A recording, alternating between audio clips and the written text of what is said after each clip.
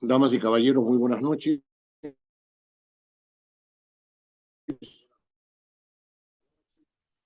Estamos aquí en la séptima sesión del curso de procedimientos parlamentarios en la bicameralidad. Si hay algún defecto en el audio, por favor, me lo hacen saber.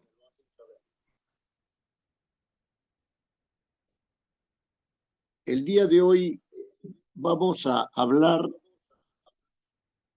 acerca de las funciones de control político del Senado.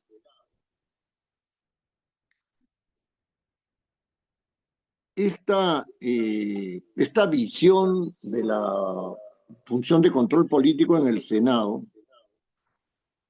tiene que ver con dos ámbitos.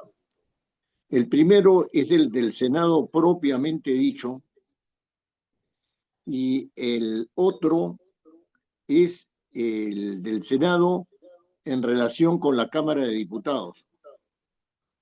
Hoy día vamos a ver única y exclusivamente el asunto relacionado con las atribuciones de control político internas del Senado.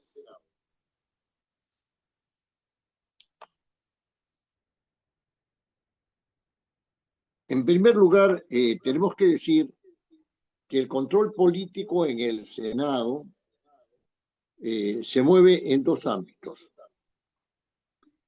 El ámbito del control de los titulares de los organismos constitucionales autónomos y el otro ámbito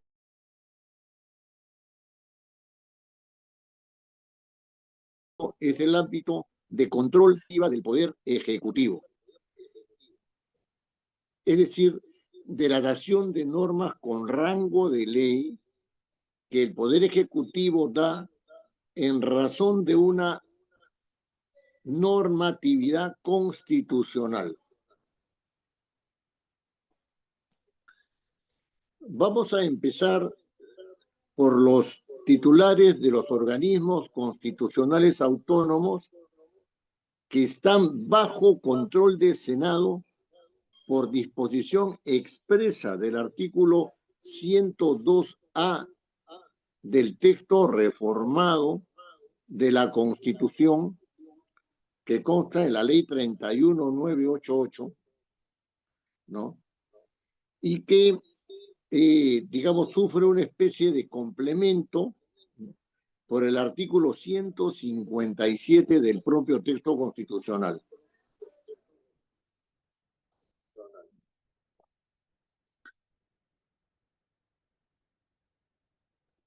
Los órganos que son objeto de control constitucional por el Senado de la República son los siguientes: la Defensoría del Pueblo, la Contraloría General de la República, la Presidencia del BCR, del Banco Central de Reserva, tres directores de ese banco, ¿no? La Junta Nacional de Justicia, el Tribunal Constitucional y, de un modo un poco extraño que vamos a explicar después, la Superintendencia de Banca y Seguros, ¿no? Y asociaciones privadas de fondos de pensiones, ¿no? Muy bien.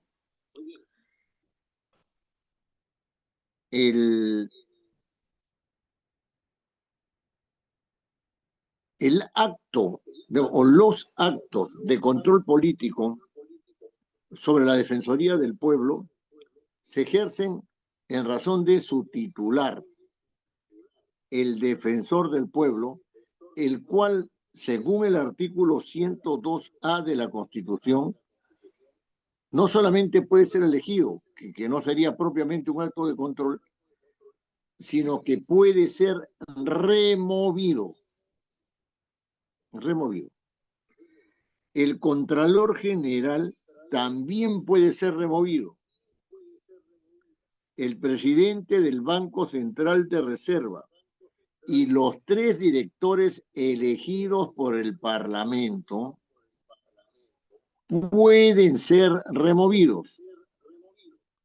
Los miembros de la Junta Nacional de Justicia también pueden ser removidos.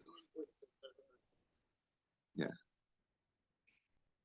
¿Quiénes no pueden ser removidos? Los miembros del Tribunal Constitucional y la superintendencia y el superintendente de banca y seguros y asociaciones privadas de fondos de pensiones. ¿No? No pueden ser removidos. En las normas que hay, ¿no es cierto? En el artículo 102A de la Constitución, ni los miembros del Tribunal Constitucional, ni el superintendente de banca y seguros y asociaciones privadas de fondos de pensiones no pueden ser removidos. ¿No? Entonces, los que propiamente son objeto de control político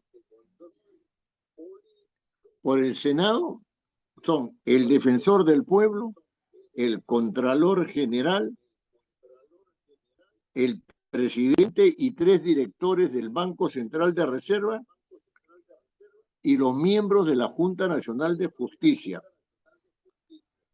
Estos últimos, o sea, los titulares, los que componen la Junta Nacional de Justicia, ¿no? Pueden ser removidos por una disposición que no es la 102A, sino el artículo 157 de la Constitución.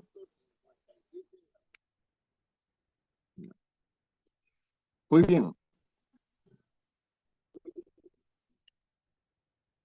Estos titulares de órganos constitucionales autónomos, ¿no? Pueden ser a su vez sujetos de acusación constitucional. Por ejemplo, la Defensoría del Pueblo, además de, ¿no es cierto?, a una acusación constitucional. También el Contralor, también los miembros de la Junta Nacional de Justicia,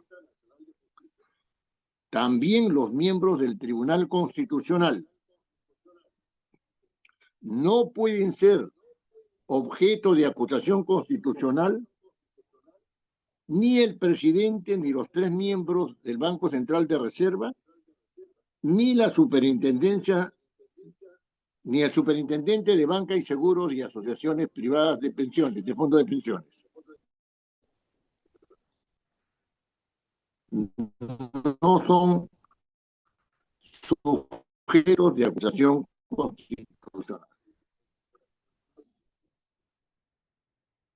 Sujetos de acusación constitucional. Fíjense. Es interesante hacer notar que el superintendente de banca y seguros, así esté contemplado en los alcances del artículo 102 de la Constitución, 102A, no puede ser ni acusado ni removido. Nótese también que los miembros del Tribunal Constitucional, ¿no?, solamente pueden ser acusados constitucionalmente. Nótese también que el presidente del Banco Central de Reserva y 3 directores del Banco Central de Reserva no pueden ser acusados constitucionalmente, pero sí pueden ser removidos. Ahora bien, los restantes, la Defensoría del Pueblo, la Contraloría General de la República y la Junta Nacional de Justicia, ¿no es cierto?, en cuanto a sus presidentes o en cuanto a sus integrantes, en el caso de la Junta Nacional, pueden ser removidos y acusados constitucionalmente.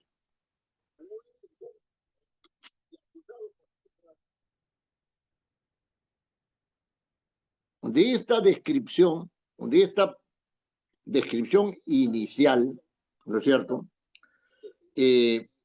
fluyen varias preguntas.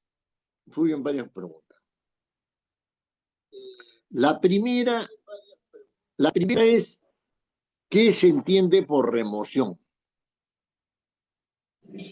¿No?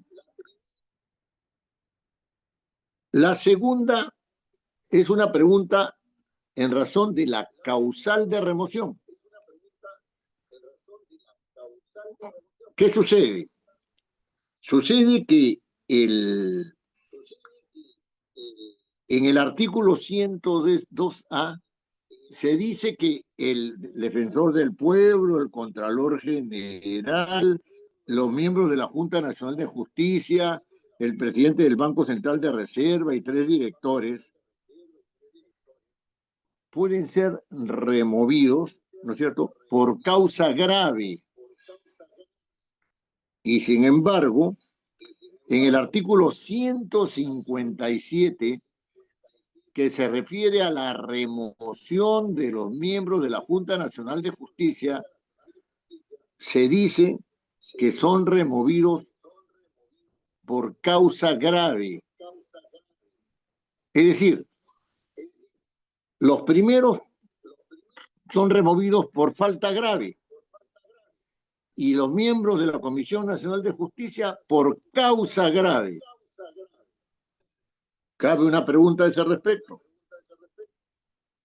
¿Qué se entiende por causa grave y qué se entiende por falta grave?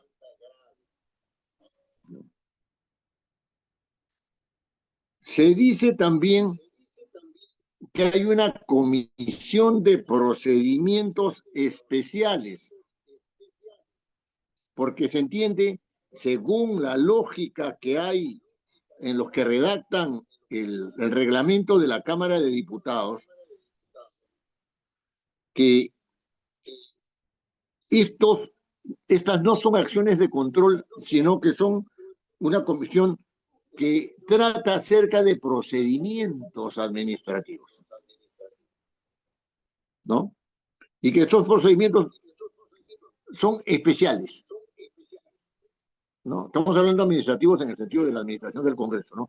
Que esos procedimientos son especiales, no son legislativos, no son de control político, dice que son especiales. Entonces cabe también la pregunta, ¿qué se entiende por procedimientos especiales? ¿Y qué diferencia este actuar del control propiamente dicho, que sí se ejerce mediante la remoción? Muy bien. Después hay un asunto que también se tiene que dilucidar, ¿no? En el artículo 209 del reglamento del Senado se habla de un procedimiento general, ¿no es cierto?, de un procedimiento general de remoción de altos funcionarios por falta grave o causa grave, ¿no? O causa grave. Bien. Ese procedimiento que está en el artículo 209 de la Constitución ¿no? Dice lo siguiente: la remoción de los altos funcionarios del Estado prevista en la Constitución Política para el Defensor del Pueblo, el Contralor General, los directores del Banco Central de Reserva, ojo, no nombra al presidente, y los miembros de la Junta Nacional de Justicia, se rige la remoción por las normas establecidas en la Constitución Política y el presente reglamento. La remoción de los altos funcionarios se realiza respetando el principio de razonabilidad y en el marco de las garantías del debido proceso. No dicen si es un proceso judicial, no dicen si es un proceso parlamentario, administrativo, no. No dicen eso. No. El procedimiento parlamentario se desarrolla conforme a las siguientes reglas. Primero hay que realizar una denuncia, ¿no? Y es extraño que diga quién debe plantear esa denuncia. Dice, se inicia el procedimiento parlamentario a instancia de una denuncia de la misma institución pública a la que pertenece el funcionario. O sea, los integrantes del cuerpo de funcionarios y trabajadores del Congreso, específicamente de la Cámara de Diputados o del Senado, o los funcionarios de la Defensoría del Pueblo o de la Contraloría General, ellos se reúnen, ¿no es cierto?, y piden la remoción del titular, ¿no? O en su defecto por denuncia formulada por un grupo parlamentario. Por un grupo parlamentario. O sea, si el grupo parlamentario no denuncia, no se activa el procedimiento parlamentario de control, ¿no es cierto?, de los funcionarios de la Defensoría del Pueblo, la Defensoría de la República, el Banco Central de Reserva y los miembros de la Junta Nacional de Justicia. No se puede activar, si es que ellos no lo hacen, ¿no? Entonces, tenemos aquí que tenemos a dos, vamos a decir, denunciantes, ¿no es cierto? Dos denunciantes. Los que pertenecen a la propia institución y los que pertenecen al Parlamento.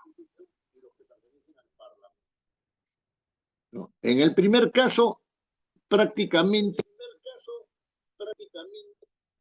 el asunto está neutralizado porque ninguno de los funcionarios que dependen del titular, ¿no es cierto?, a la larga depende del titular, les guste o les guste, es muy improbable que lo denuncie, ¿no? Y por otro lado, tenemos a los congresistas que pueden denunciar a estos titulares y ellos mismos van a resolver. Es decir, los 60 senadores. Los senadores, ¿no? Da que pensar, ¿no es cierto? Da que pensar. Después, en este artículo 209 del reglamento,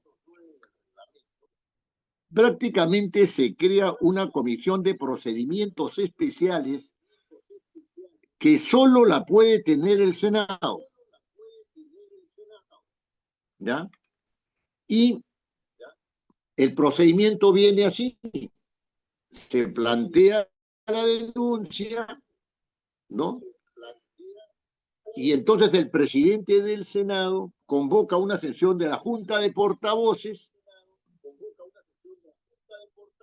que desde mi punto de vista debía ser la mesa directiva, ¿no es cierto? Y en 3 días hábiles, ¿no es cierto? Tiene que informar sobre la denuncia presentada y acordar esto a la República.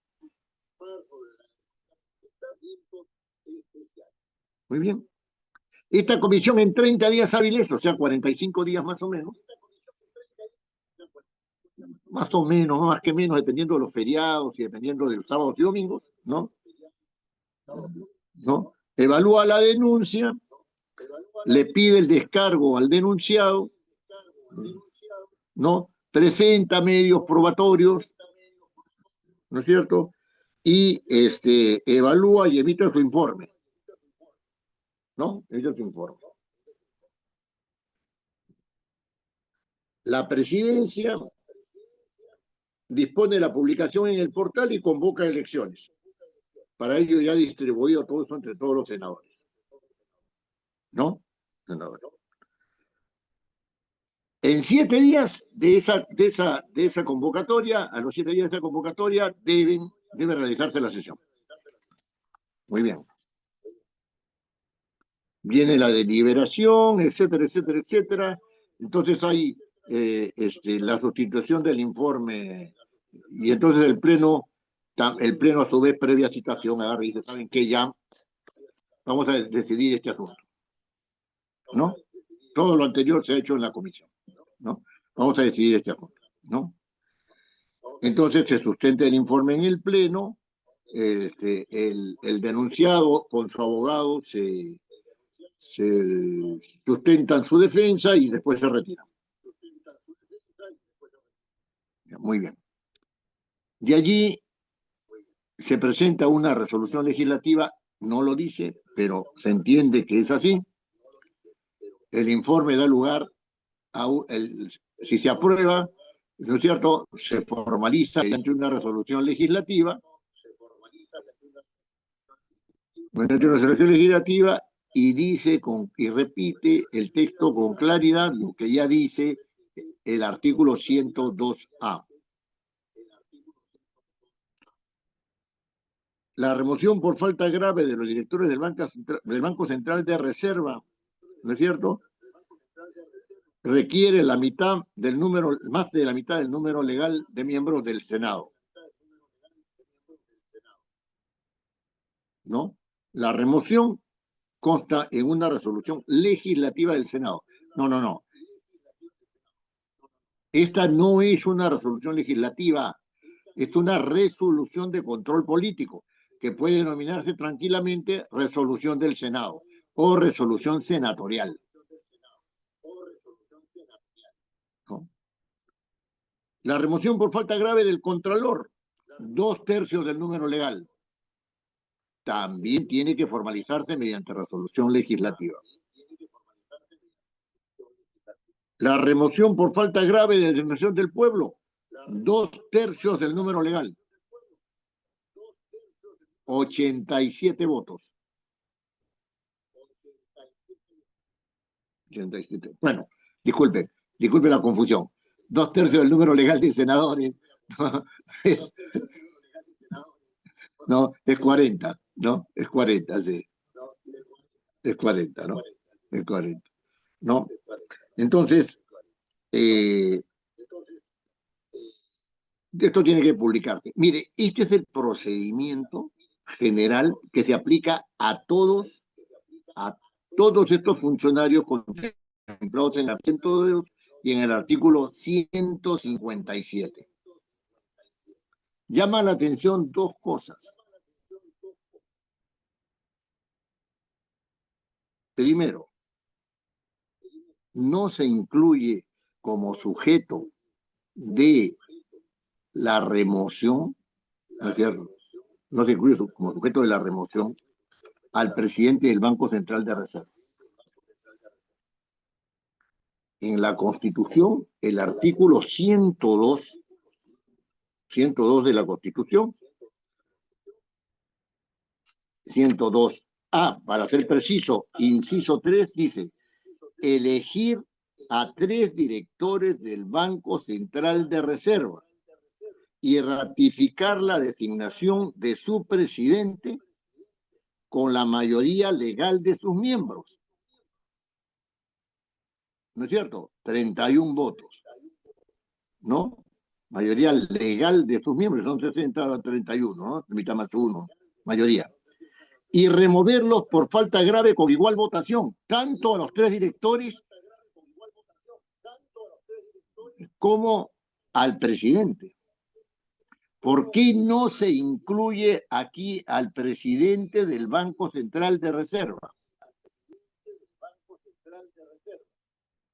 Porque hay una interpretación, desde mi punto de vista, fallida, por la cual se interpreta este inciso 5 del artículo 102A en razón, ¿no es cierto?, del inciso 6, que norma ratificar al superintendente de banca y seguro y administradora privada de fondos de pensiones, y no da ninguna norma sancionatoria. Esta interpretación, desde mi punto de vista, no tiene razón de ser. No tiene razón de ser. Lo otro que llama la atención de este procedimiento es que en ningún momento del procedimiento se señala qué se entiende por remoción, por un lado, que se entiende por remoción, y por otro lado, ¿no es cierto?, si es que es necesario diferenciar causa grave de falta grave. Y referir la causa grave solo a los miembros de la Junta Nacional de Justicia. Como no hay tipificación de falta o causa grave, ¿no es cierto?, esto se deja a libre criterio del Senado.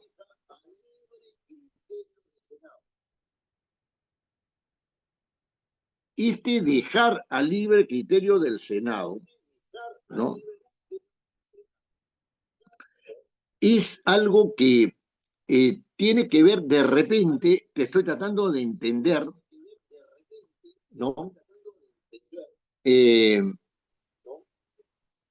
que no se puede establecer con propiedad todas las causales o faltas que llevarían a la remoción de los 4 funcionarios, ¿no es cierto?, o 5 o 6 funcionarios que están sujetos a remoción. O sea, como una posibilidad, ¿no es cierto?, de que los remuevan, ¿no? Entonces, eso se deja al consenso, digamos, al consenso del Senado, y específicamente al consenso que se pueda dar en una comisión de procedimientos especiales, ¿no es cierto? Muy bien. Si eso es así, ¿cómo resolver el tema de incurrir en la arbitrariedad política? En la arbitrariedad política, ¿no? De arbitrariedad política.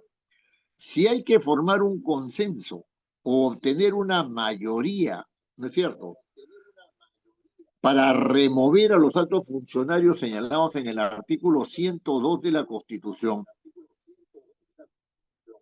102A, esto queda librado a una libertad que supone que los señores congresistas, ¿no es cierto?, van a ejercer de manera responsable, ¿no es cierto?, para entender de que ha habido una falta grave que, aunque no esté tipificada, es políticamente relevante.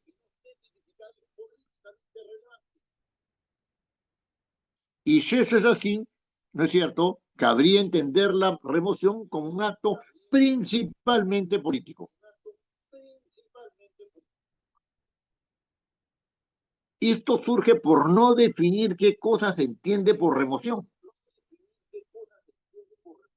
La remoción implica, por un lado, que alguien esté en un cargo determinado para moverlo de ese cargo y sacarlo, ¿no es cierto? Y sacarlo. Por otro lado, tiene que hacerlo alguien que esté habilitado para hacerlo. En este caso es el Senado. Correcto. Tercero, si no están claras las razones que pueden convertirse en causa o pueden convertirse en falta, entonces se entiende que las razones o las faltas van a ser objeto de una negociación política para que el sujeto sea afectado por la remoción, ¿no es cierto? O no afectado por la remoción, ¿no? La pregunta aquí que viene, digamos, que viene a contrapelo de esto, ¿no?, es qué sucede con la remoción por el Senado, ¿no?, y la acusación constitucional, si es que se dan las dos sobre un mismo sujeto. La Cámara de Diputados, ¿no es cierto?, denuncia, ¿no es cierto?, denuncia al señor senador Valdés, ¿no es cierto?, le hace una acusación constitucional por la razón que sea, la razón válida evidentemente, ¿no? Pero al mismo tiempo en el Senado, o a los pocos días o un poco antes,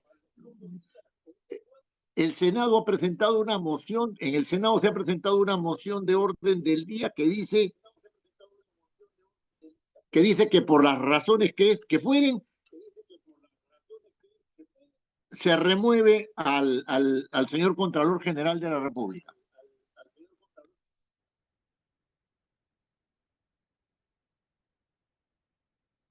Ha sido acusado constitucionalmente el señor Contralor de la República y también hay un pedido a través de una moción de orden del día de remoción del mismo Contralor.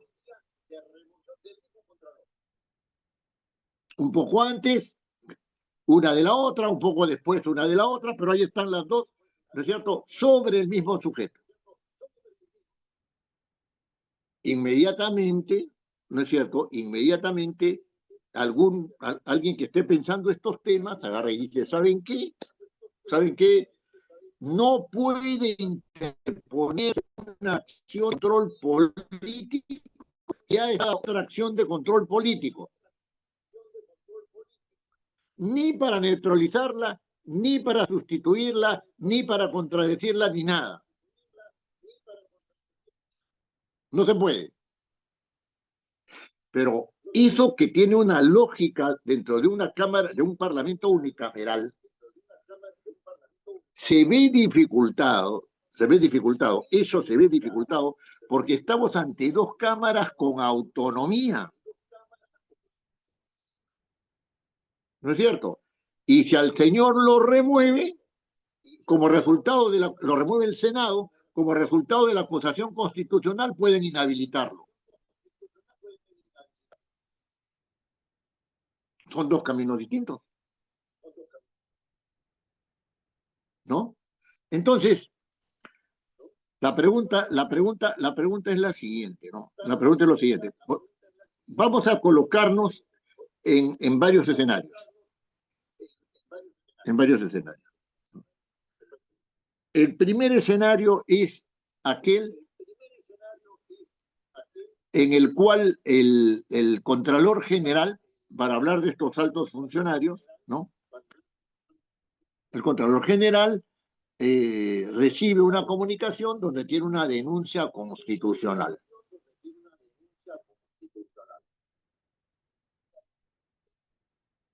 Y el Contralor General agarra y dice, estoy en esta razón de esta denuncia constitucional, pueden llegar a que hay lugar a formación de causa en el Senado y en consecuencia el Senado puede inhabilitarme, destituirme, suspenderme en el cargo, etcétera, ¿no? Ahora, bueno, yo no quiero que me destituyan, no quiero estar ante la posibilidad de una destitución. No, no quiero. Se va al Senado, esto ha sucedido en la Cámara de Diputados, ¿no es cierto? Ahí se inician las acusaciones constitucionales, ¿no? Y se va él al Senado, habla con un senador y le dice, presenta una moción de orden del día para que yo sea removido. Su amigo el senador, ¿no es cierto?, en razón de la amistad de tantos años que los une, presenta una moción de orden del día que se ve inmediatamente en el Senado para remover al señor Contralor.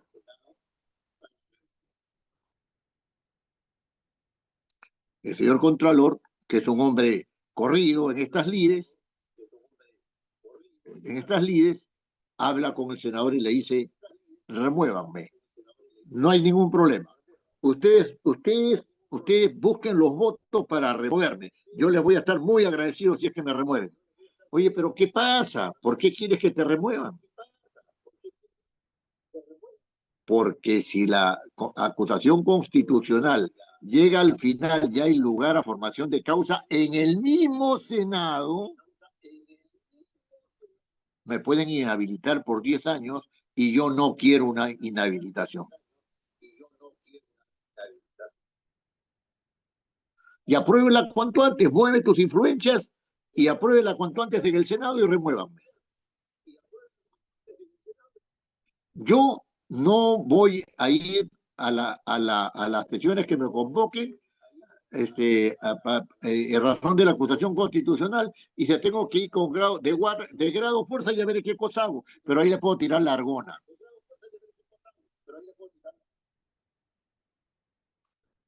¿No? Pero bueno. La pregunta, podríamos imaginar otro escenario, ¿no? Podríamos imaginar otro escenario. Otro escenario sería el siguiente, ¿no? ¿Saben qué?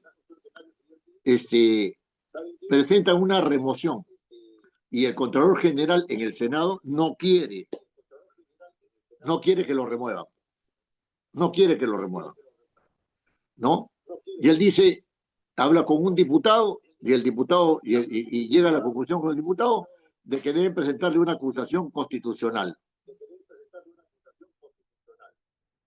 Muy bien.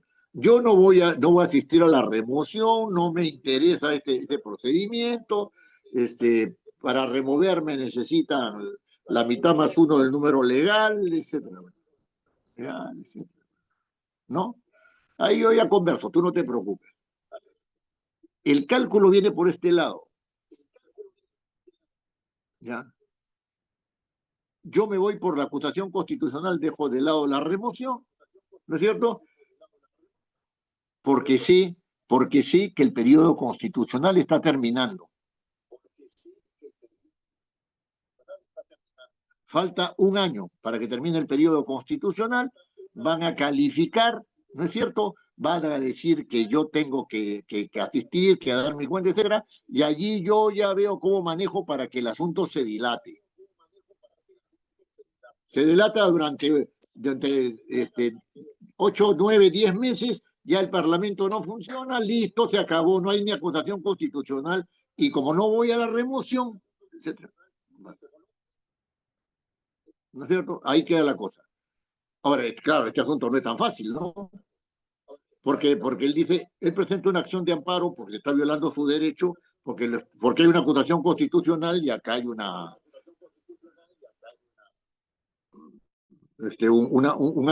pedido de remoción. Un pedido de remoción. ¿Viste? Presenta su acción de amparo diciendo de que no pueden dar a la misma persona con dos acciones de control político, aunque estén en diversos órganos del Parlamento, en la Cámara de Diputados y el Senado, aunque sean autónomos, porque esto afecta a sus derechos, ¿no es cierto?, individuales. Bueno, les voy diciendo que este panorama se puede dar con el defensor del pueblo, con el Contralor General de la República, con los directores del Banco Central de Reserva, bueno, con los directores del Banco Central de Reserva no, pero sí con los miembros de la Junta Nacional de Justicia, porque todos ellos pueden ser removidos, pero al mismo tiempo pueden ser acusados constitucionalmente. ¿Quién dilucida este problema ante ausencia de norma constitucional? No dice en la Constitución que si se ha presentado una acción de control político en una Cámara, no puede presentarse otra acción de control político al mismo sujeto en otra Cámara. No dice. Lo solucionará el Tribunal Constitucional.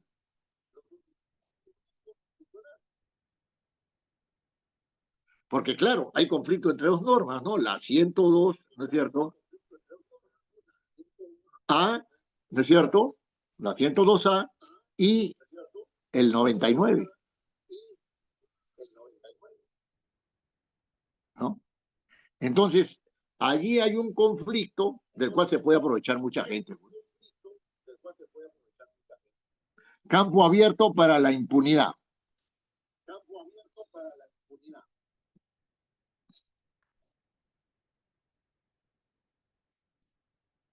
Entonces, en cuanto al control político, en el Senado, de los titulares de los organismos constitucionales autónomos mencionados en el artículo 102A, que corresponde a las atribuciones del Senado,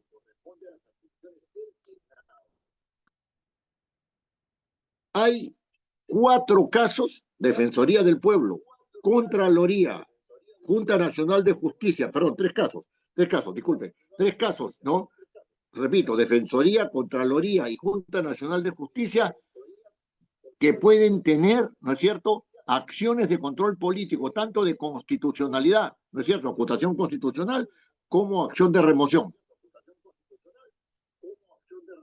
Como acción de remoción. Y que eso puede darse simultáneamente. Muy bien. Ya. El director y los 3 directores del Banco Central de Reserva, el presidente y los 3 directores del Banco Central de Reserva solamente pueden ser removidos por el Senado. No pueden ser sujetos de la acusación constitucional, ¿no? Y una cosa que hay que llamar seriamente la atención. Los miembros del Tribunal Constitucional, desde luego, pueden ser acusados constitucionalmente, ¿no? Pero no pueden ser removidos. Pero el superintendente de banca y seguros no puede ser ni removido ni acusado constitucionalmente.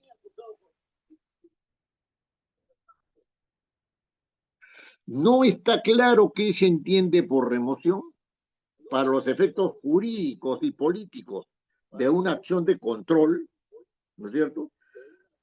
No se sabe quién va a resolver el caso que se puede dar de coincidencias entre 2 acciones de control: la acusación constitucional por la Cámara de Diputados y la remoción por el Senado, ¿no es cierto?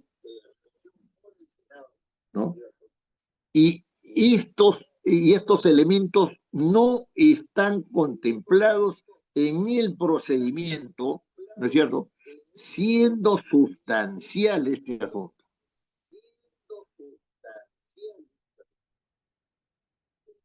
Más que sustancial, para utilizar los términos lógicos con precisión, siendo imprescindible para el procedimiento.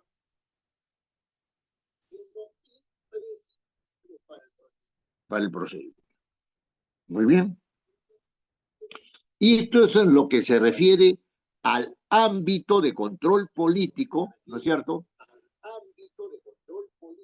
de los titulares de los organismos constitucionales autónomos considerados en el artículo 102A de la Constitución y el artículo 157 del propio texto constitucional.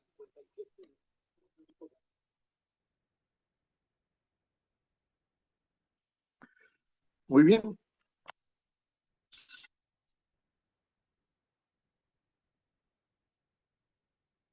Veamos ahora con el control de las normas, ¿no?, de la actividad normativa del presidente de la República. El presidente de la República, ¿no?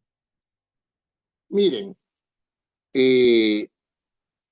aquí el artículo 102A, ¿no es cierto?, 102A del texto constitucional, ¿no?, dice lo siguiente, ¿no? Inciso 10, no, 9, perdón, inciso 9. Revisar los decretos de urgencia dictados por el presidente de la República durante el interregno parlamentario y proceder a su modificación de acuerdo con su reglamento.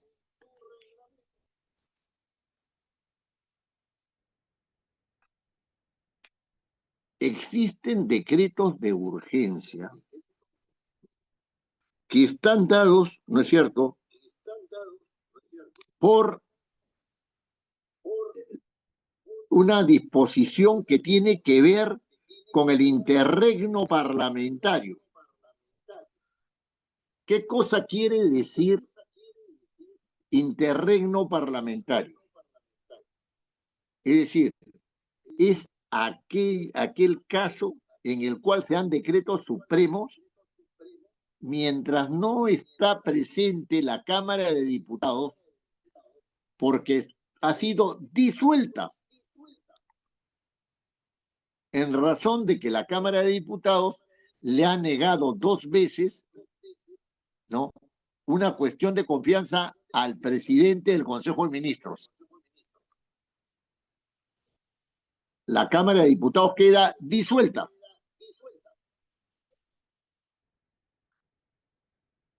Una vez disuelta, se convoca elecciones para la Cámara de Diputados.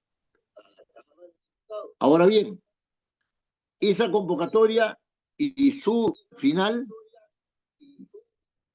tiene un plazo que puede ser 2, 3 meses,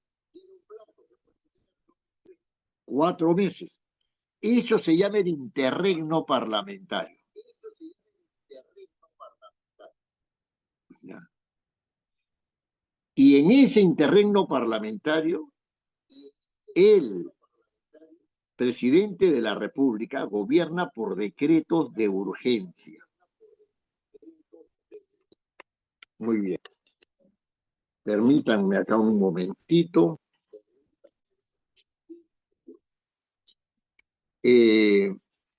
Estos decretos de urgencia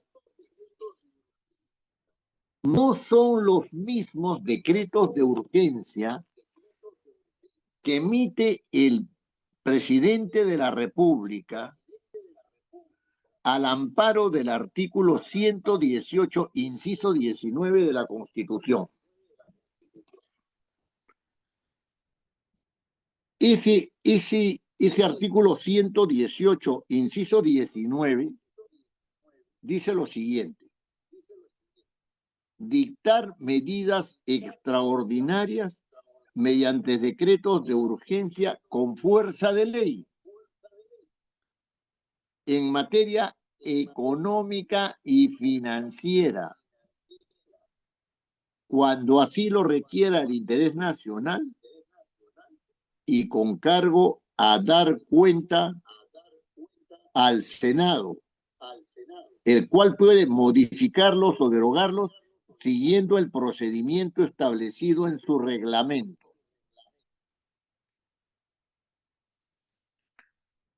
Estos decretos de urgencia que da el presidente de la República al amparo del artículo 118, inciso 19, son de carácter extraordinario, solamente sobre materia económica y financiera. Debe tener una justificación en el interés nacional.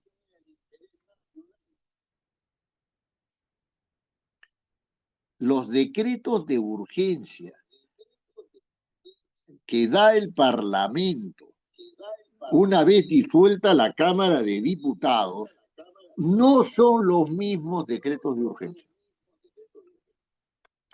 Ya. En el artículo 135 de la Constitución se dice, en ese interregno, el Poder Ejecutivo legisla mediante decretos de urgencia los que necesariamente están vinculados al normal funcionamiento del Estado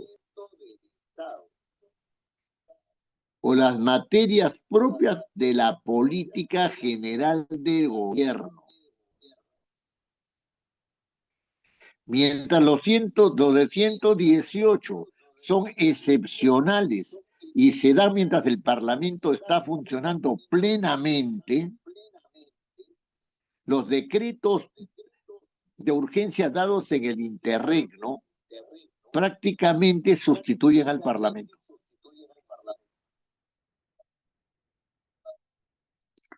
Decretos de urgencia, los que necesariamente están vinculados al normal funcionamiento del Estado o las materias propias de la política general del gobierno.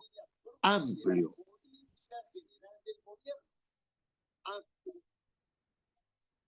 Se da cuenta al Senado para que lo revise conforme a lo dispuesto en el inciso 9 del artículo 102A. Claro, que es del que estamos tratando, ¿no es cierto? Entonces, en primer lugar, para no entrar al procedimiento propiamente dicho, el ejercicio del control político que realiza el Senado sobre los decretos de urgencia tiene que contemplar, ¿no es cierto? Mientras está el Senado, el Senado y la Cámara de Funciones de Diputados en funciones, tiene que contemplar que esos decretos de urgencia tienen carácter excepcional y solamente pueden darse por materia económica o financiera.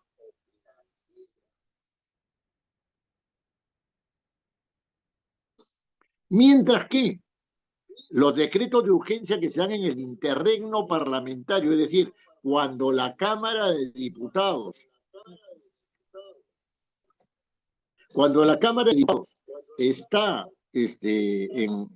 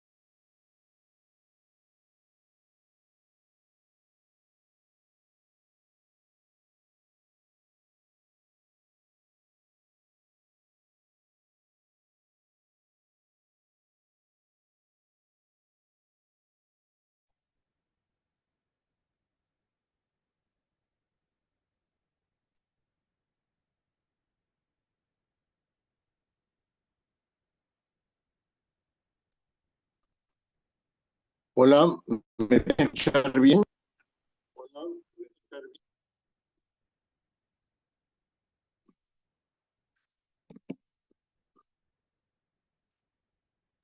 Hola profesor, por favor, ¿podría de nuevo intentar hablar? Sí, ¿me escuchan bien?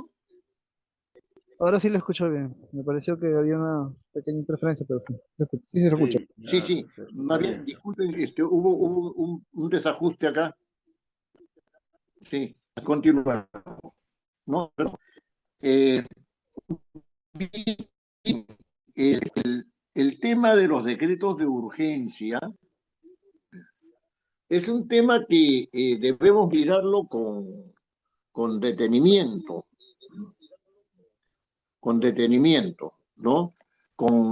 De una manera que sea propia para realizar la acción de control. Lo que es lo siguiente, los decretos de urgencia que son dados, ¿no es cierto?, al amparo del artículo 118, inciso 9 de la Constitución, el artículo 19 de la Constitución, ¿no? Son medidas extraordinarias de carácter económico y financiero mientras el Parlamento está en la plenitud de sus funciones.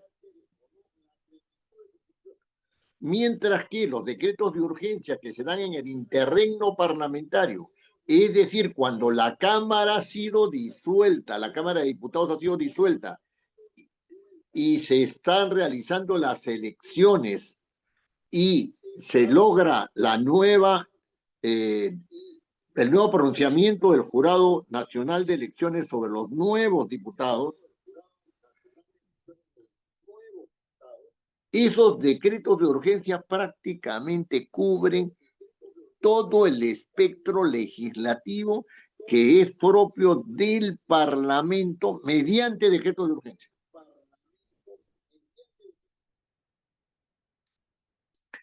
La acción de control, ¿no es cierto?, como procedimiento se da de la siguiente manera.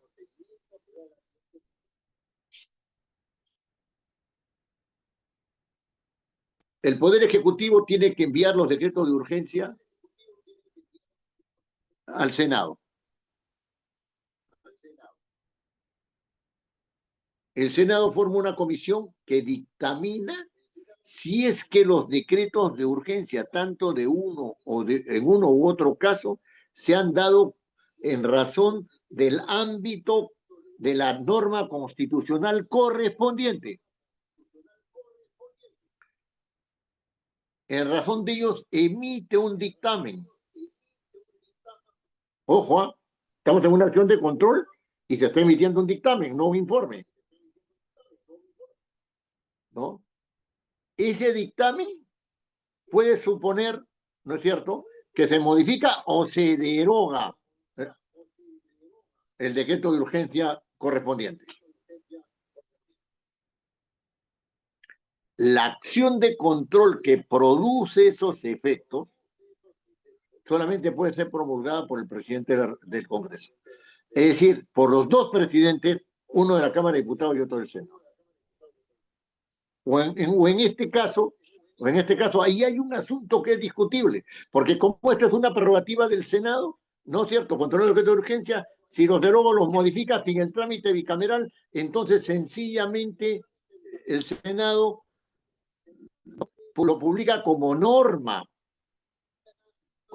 legal, como norma legal. Ojo, haciendo hincapié en esto. Pero ¿no es cierto? ¿No es cierto?, es un acto que podría ser mirado de otra manera, ¿no? Y que si se trata de modificación de una norma con rango constitucional, decreto de urgencia, ¿no?, entonces tendría que firmar esa nueva versión del decreto de urgencia o la derogación del decreto de urgencia, lo tendría que firmar tanto el presidente del Senado como el de la Cámara de Diputados.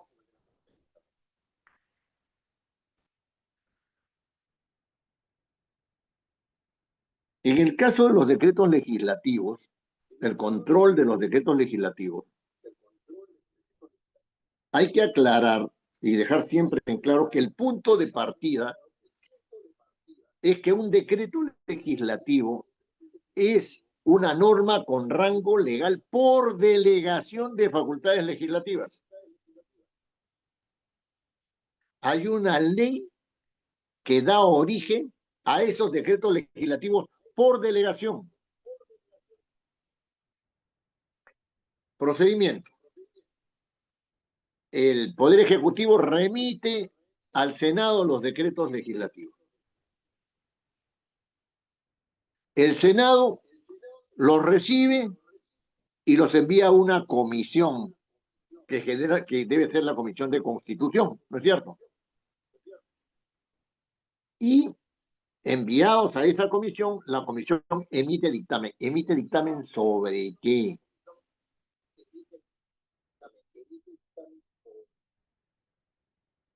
Ese punto es un punto clave.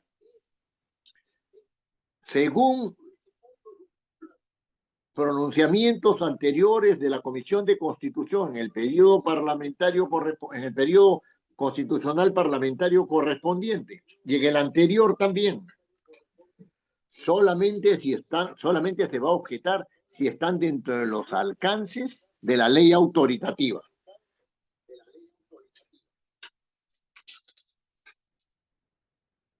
Si están de los alcances de la ley autoritativa, argumento formal, entonces no hay ningún problema.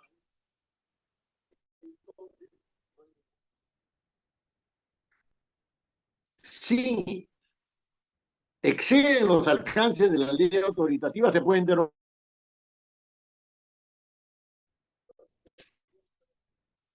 Si normas que se pueden modificar,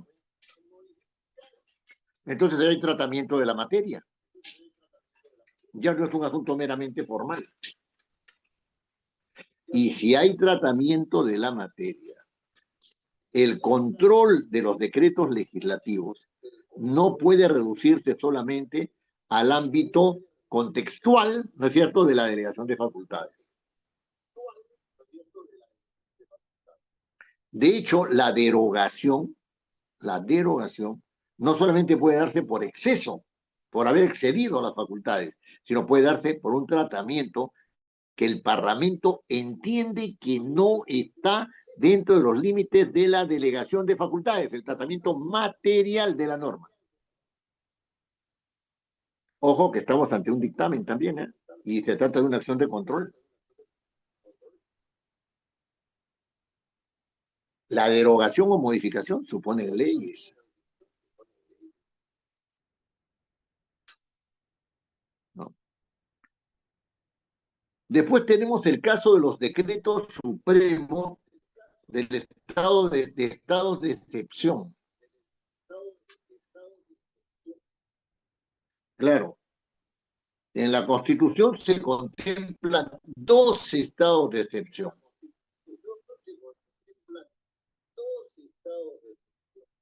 El estado de excepción, ¿no es cierto? Me acaba de ir. ¿No? El estado de excepción que tiene que ver con la declaratoria de emergencia y el estado de excepción que tiene que ver con la declaración del estado de sitio. A esos 2 se refiere. Ya. El Poder Ejecutivo es el titular de los estados de excepción. Y para decir que una determinada circunscripción o todo el país entra en estado de emergencia, emite un decreto supremo. Y para decir que del estado de emergencia se va a pasar a un estado de sitio, emite otro decreto supremo.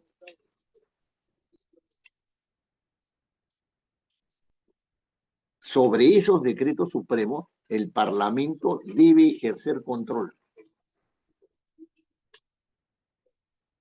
Pero el Parlamento ejerce control temporal sobre estos decretos. ¿Cómo se entiende ese control temporal? no puede extenderse el estado de emergencia ni el estado de sitio sin aprobación del Parlamento.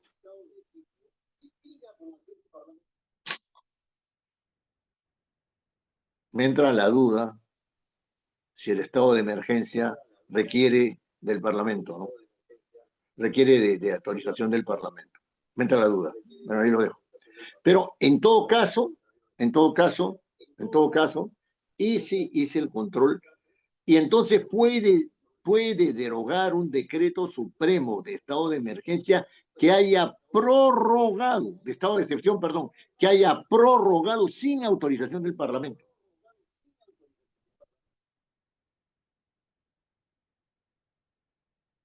La pregunta es, porque todo se hace en la dogmática jurídica dice, no se puede derogar un decreto supremo por una ley.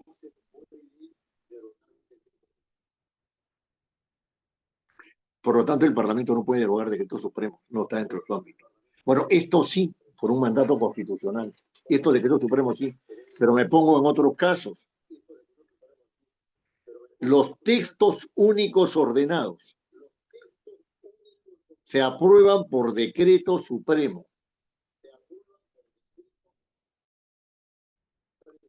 Se entiende que estos textos únicos ordenados incorporan todas las modificaciones y ordenan el tratamiento de la materia en un determinado ámbito. El Poder Ejecutivo está emitiendo un decreto supremo para un texto único, para para darle formalidad a un texto único ordenado.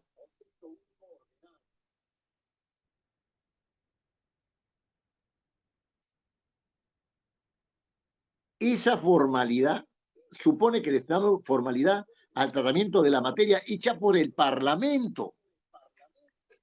¿Por qué no se contempla, no es cierto, en la disposición constitucional, no es cierto, que también el Parlamento ejerce control sobre los decretos supremos que aprueban los textos únicos ordenados? De hecho, ya sabemos, y no solamente es una sospecha, que a través de los textos únicos ordenados también se manipula el sentido de la norma, ¿no es cierto?, en una dirección que no es exactamente la que el Parlamento, la que permitió originar la ley del Parlamento.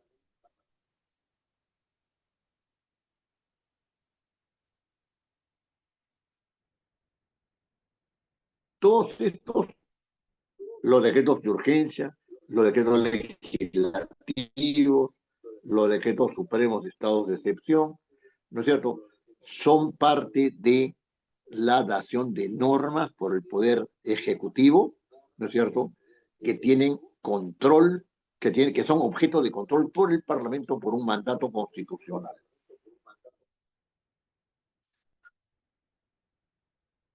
La pregunta aquí es la siguiente. ¿Por qué una presunta acción de control va a dar como resultado un acto legislativo?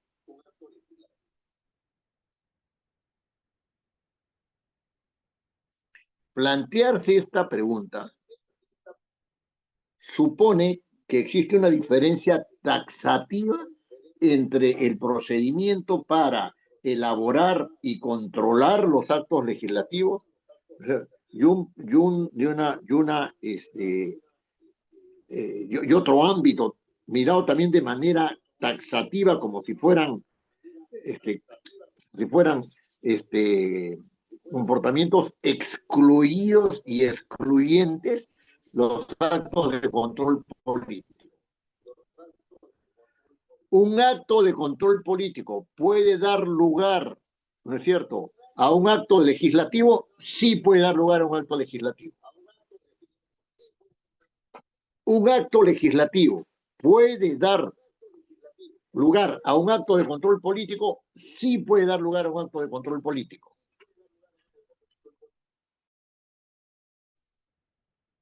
El caso que estamos viendo de los decretos de urgencia, de los decretos legislativos y de los decretos supremos que tienen que ver con estado de excepción, demuestra eso.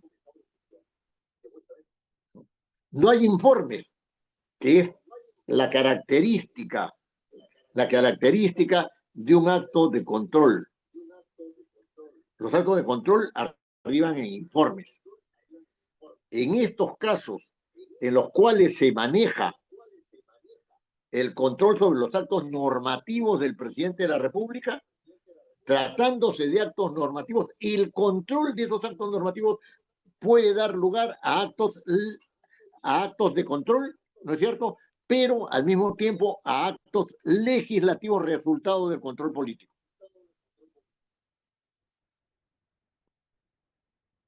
Muy bien.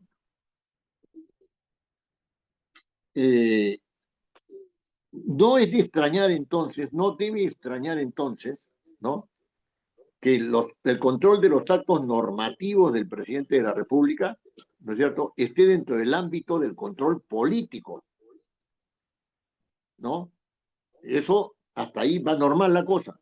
El Parlamento está, ¿no es cierto?, ejerciendo control sobre el Poder Ejecutivo. Pero ese control puede dar, y muchas veces es así, como resultado actos de carácter legislativo.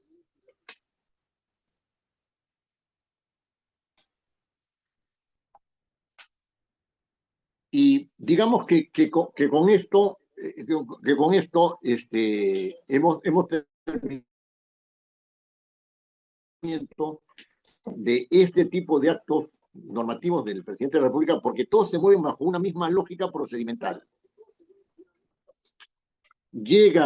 Se da cuenta al Congreso por el Poder Ejecutivo, va a comisiones, existe un dictamen, ¿no es cierto? Ese dictamen se aprueba, va al Pleno, en el Pleno se aprueba si se desestima o no se desestima, ¿no es cierto?, el dictamen, y si se aprueba, entonces se da la norma correspondiente.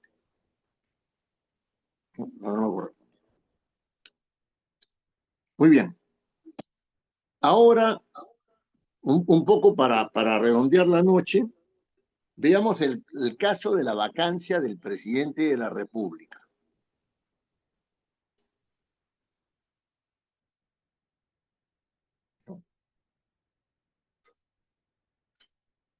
El presidente de la República, ¿no es cierto?, vaca, según el artículo 113 de la Constitución, por muerte del presidente de la República.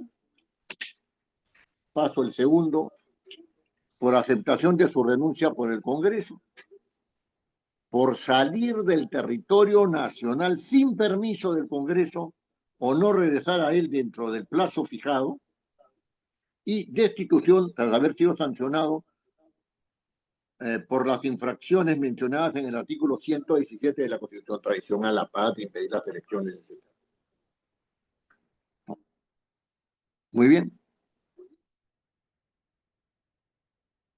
El Parlamento se pronuncia en todos estos, respecto de estas causales, ¿no?, respecto de la permanente incapacidad moral o física del presidente, acepta o no acepta su renuncia, ¿no es cierto?, le aplica la fuerza de la norma si es que incumple los criterios establecidos para la salida del país, ¿no es cierto?, y lo instituye por el 117, ¿no es cierto?, por las causales habidas en el 117. Muy bien. Lo único que ha normado el Parlamento respecto de estas causales, es la permanente incapacidad moral o física declarada por el Congreso. Y eso está en el artículo 89A del reglamento actual, que se retoma, ¿no es cierto?, con las adaptaciones del caso en el reglamento del Congreso de la República. Porque la pregunta es,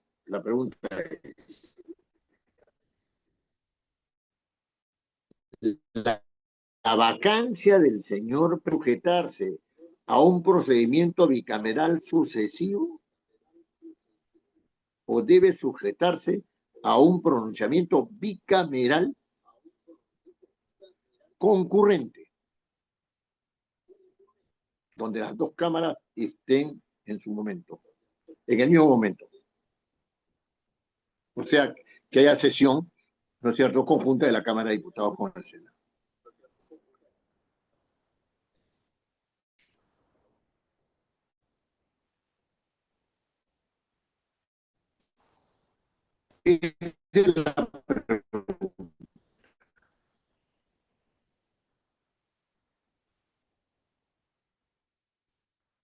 De hecho, si el Parlamento bicameral, el señor Castillo Terrones,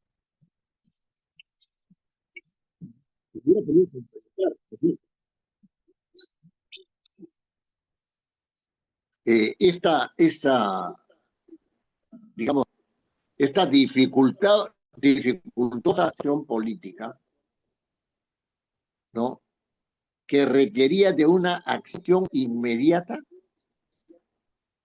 debía haber tenido sumas dificultades en hacerlo si es que adoptaba el procedimiento bicameral sucesivo. Y ahí tenía que hacerlo con un procedimiento bicameral concurrente. Entonces, aquí en el artículo 89A del reglamento de la Cámara de Diputados, ¿no?, este procedimiento que se establece es un procedimiento que habría que mirarlo con detenimiento, porque lo que ha pasado es que el reglamento del Congreso se jaló las cosas que no eran exclusivas de la Cámara de Diputados y del Senado, ¿no es cierto?, sin mayor reflexión, y se incorporaron algunas cosas que fueran necesarias en Diputados y el Senado, y ahí quedó la cosa. Y este es el procedimiento, ¿no es cierto?, previsto en el caso de existencia de una causal, ¿no es cierto?, que es la causal contemplada en el inciso 2 del artículo 100.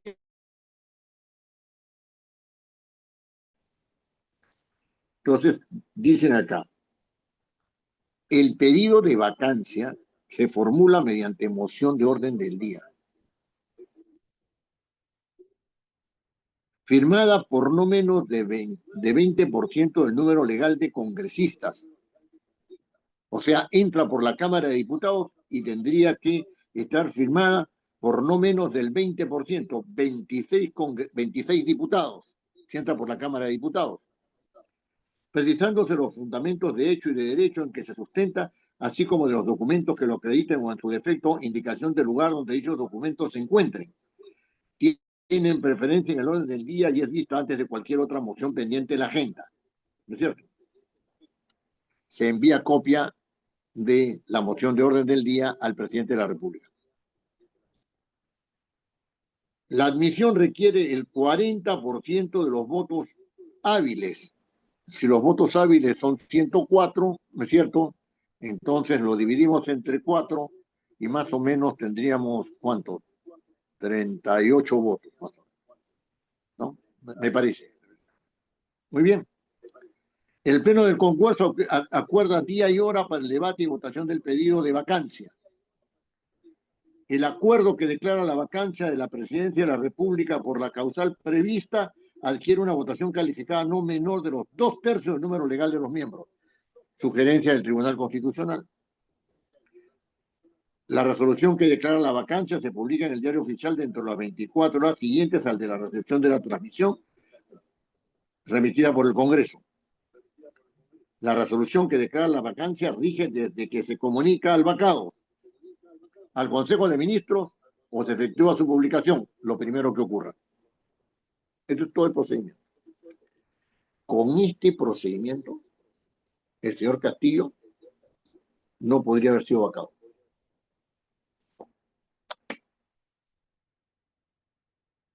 se declaró la incapacidad moral como un acto inmediato, basado en el principio de inmediatez. Se requería una respuesta rápida del Congreso.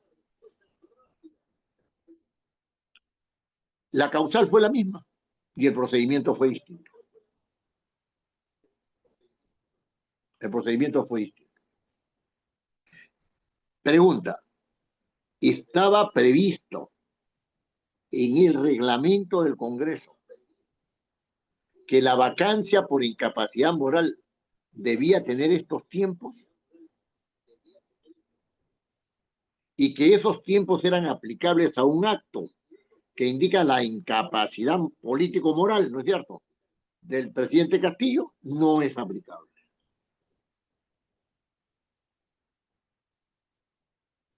Por lo tanto, hay que mirar las cosas desde el punto de vista político con un poco de amplitud. El caso que se supone es de aplicación por incapacidad moral al presidente de la República en cuanto al procedimiento que está en el artículo 89A del reglamento del Congreso y que seguramente ha sido copiado, ¿no es cierto?, en el reglamento del Congreso, del sistema bicameral, ¿no? Y si esa manera de manejar las cosas supone una estabilidad política que no puede ser llevada al límite de la disolución de las instituciones democráticas. Mi punto de vista es que no era aplicable este artículo 83, ¿no es cierto? Pero el Parlamento vio dentro de las causales de vacancia una que tenía que ver pues con la incapacidad moral y se la aplicó. Y se la aplicó. Entonces, el punto es este, ¿no? Si bien puede normarse en el artículo 89A del reglamento y en el que corresponda del reglamento del Congreso o, digamos, del reglamento que acuerda en la Cámara de Diputados y el Senado para casos en los cuales el presidente de la República incurre en casos extremos o en casos de incapacidad moral, el campo tiene que quedar abierto desde un punto de vista político para circunstancias no previstas por la ley. O sea, la idea de que la ley prevé todo es un error. Y es un error porque el lenguaje que transmite la ley, el lenguaje normativo, o sea, ese lenguaje que está debajo del lenguaje normativo, que es el lenguaje coloquial nuestro de todos los días, no prevé todos los casos ni prevé todos los momentos, ¿no? Y si no cubre toda la realidad, menos va a cubrir la realidad jurídica. Muy bien, nos quedamos aquí. Sí. ¿Qué pareceres, circunstancias pueden plantearse respecto de estos temas? Porque de verdad que son temas un poco complicados, ¿eh? Un poco complicados. Profesor, Yo diría disculpe, que complejo. profesor, Jonathan, disculpe. ¿usted quiere hacer uso de la palabra? Sí, recuerdo que a Alberto Fujimori eh, lo vacaron por incapacidad moral, ¿no? Y Así efectivamente es. hubo un debate acerca de si la causal se adecuaba a la situación, ¿no? A la cuestión de hecho. Ajá. Y efectivamente no había, pues, no era la idea en su momento de la incapacidad moral para ese supuesto, ¿no? Pero hicieron una interpretación amplia acerca de la finalidad de la causal, ¿no? Sí, ahí, fíjense, Fíjese, Jonathan, allí hay un tema, que es un tema que lo tenemos que afrontar con sinceridad jurídica y con sinceridad política. El Parlamento no puede, por la naturaleza lingüística de la norma, ¿no?, dar normas que cubran todo el aspecto social, enfrentar todas las problemáticas sociales existentes. No puede exigirle al Parlamento que a través de normas regule toda actividad completamente, es pedir un imposible. Entonces hay una limitación del lenguaje jurídico respecto de la realidad social que todo el rato fluye, ¿no? Pero al mismo tiempo, ¿no?, tiene que pensarse en un margen político que no lleve a la irracionalidad política. O sea, que no se tomen decisiones extra norma, no digo contra la norma, ¿no es cierto? No digo cómo, no incurrir en delitos, en ilícitos, ¿no? Que esté extra, que esté fuera de la norma, ¿no es cierto? Que no esté contemplada en la norma, ¿no? De manera tal que esas actuaciones estén justificadas porque la norma justamente no las contempla. Y el órgano que tiene que pronunciarse sobre eso, ¿no es cierto?, se ve impelido a pronunciarse sin posibilidad de evadir el problema.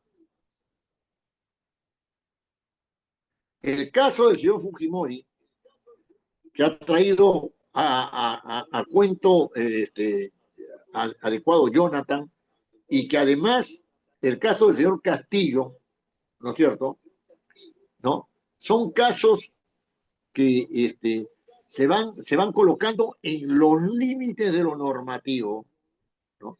Y el juez tiene que llegar, el juez, y en este caso el Parlamento, no como juez, sino como, como autoridad política, ¿no es cierto?, tiene que tomar una decisión.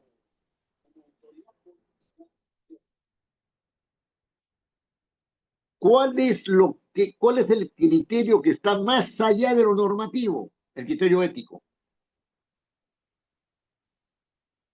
El criterio ético. El famoso caso conocido en Estados Unidos, ¿no? O sea, el famoso caso. Un muchacho tenía deudas, sus padres tenían plata, mata a sus padres, lo condenan por eso y se va a la cárcel. Y después de un tiempo pide como único heredero que le den los bienes de sus padres. ¿A quién se los iban a dar? Sino él. Sin embargo, el juez dijo, está bien, la norma dice esto, pero no se puede utilizar no se puede utilizar un acto ilícito para conseguir un bien lícito. No le dieron nada. Eso está en el ámbito ético. No hay ninguna norma que diga eso. Y lo político tiene que estar en ese ámbito. El límite de su veracidad, de su propiedad, está en la actitud ética.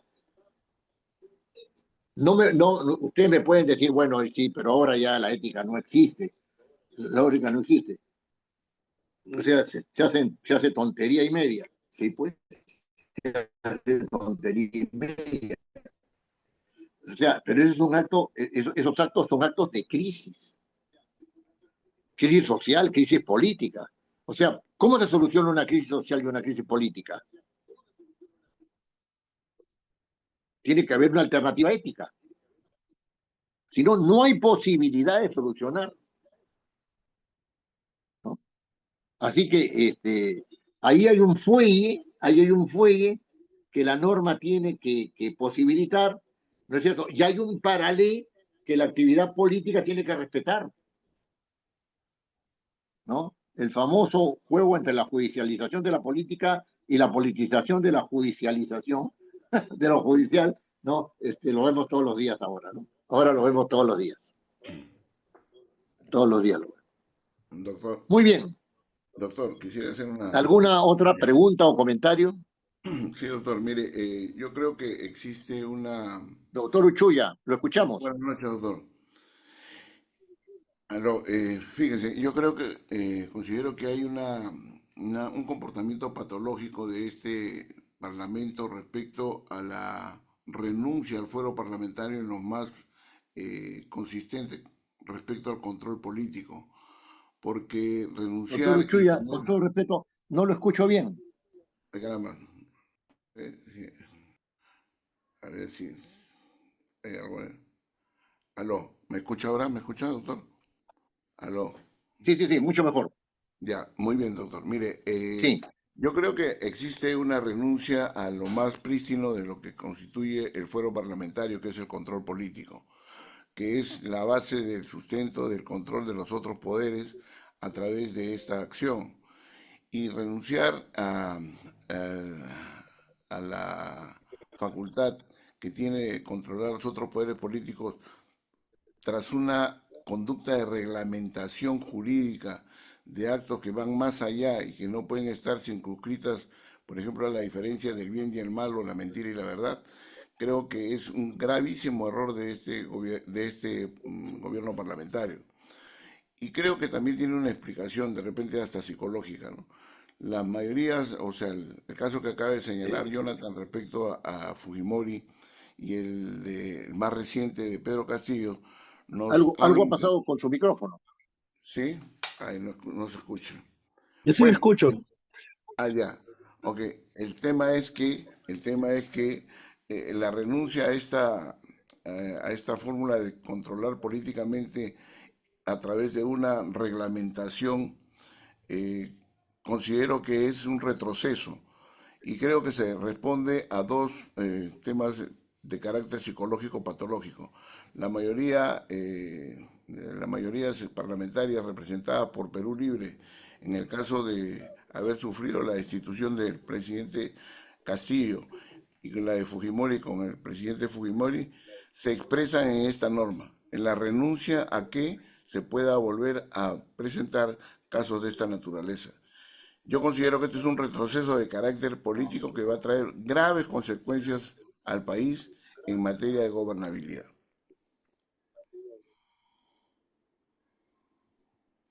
Qué interesante esto, ¿ah? Qué interesante esta. Sí, sí.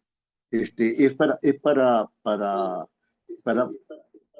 reflexionarla, ¿no? Es de reflexionar, porque no había tenido en cuenta yo, sí, no había tenido esta relación que usted hace tan inteligente entre el caso Fujimori y el caso Castillo, ¿no?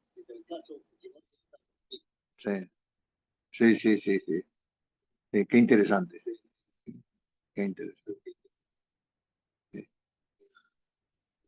Bueno, caballeros, eh, nos vemos en la próxima y última clase. Sí.